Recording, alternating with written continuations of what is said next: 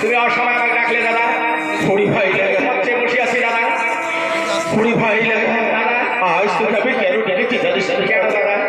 খুড়ি ভাই লাগে আজ 6টা পুত্র হারিয়ে পুত্র হারানো একটা শহীদ রাত্রি তাই তো অবুঝ মনকে শান্তি দেওয়ার জন্য আজ আমি দৌড়ের বাড়িতে যাত্রা করবো ভাই লাগে।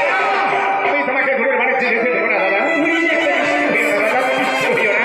দেখছি না বৌদিকে চোখে যাও, বৌদিকে ছেড়ে কোন পড়াবে যাবে দাদা। তুমি আমি দৌড়ে যাবো। খুড়ি ভাই লাগে তুইও কেন বুঝতে চাইছিস না ভাই?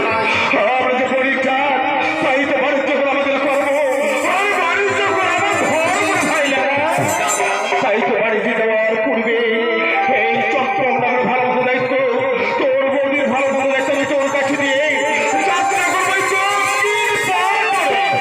এ দাদা বেশ, আমি তোমাকে বাধা দেবো না দাদা, বাধা দেবো না। তুমি তো দূরের বাড়িতে যাবে দাদা। একটা আমি কথা বলতে চাই দাদা। বল ভাই। দাদা তুমি তো দূরের বাড়িতে চলে যেতে চাও, বৌদি আমার ভক্ষ মাসি গর্ভবতী, তাকে ছেড়ে চলে যাচ্ছ দূরের বাড়িতে। বাড়ির থেকে ফিরে এসে যদি বৌদিকে স্ত্রীকে অস্বীকার করো, তোমার সন্তানকে অস্বীকার করো, এই হাতের কারা পত্র রেখে দিয়ে তুমি চলে যাও দূরের বাড়িতে। বলছিস ভাই? হ্যাঁ দাদা। বেশ তাই হবে রে ভাই। তুই পত্র লেখার ব্যবস্থা কর ভাই। ভাই করছি ভাই খানা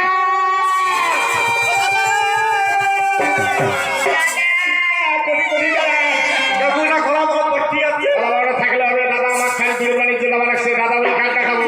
আরো দূরের বাণিজ্য না, আরো দূরের বাণিজ্য না যাবে তো পেশা মুখে দেখে থাকবে।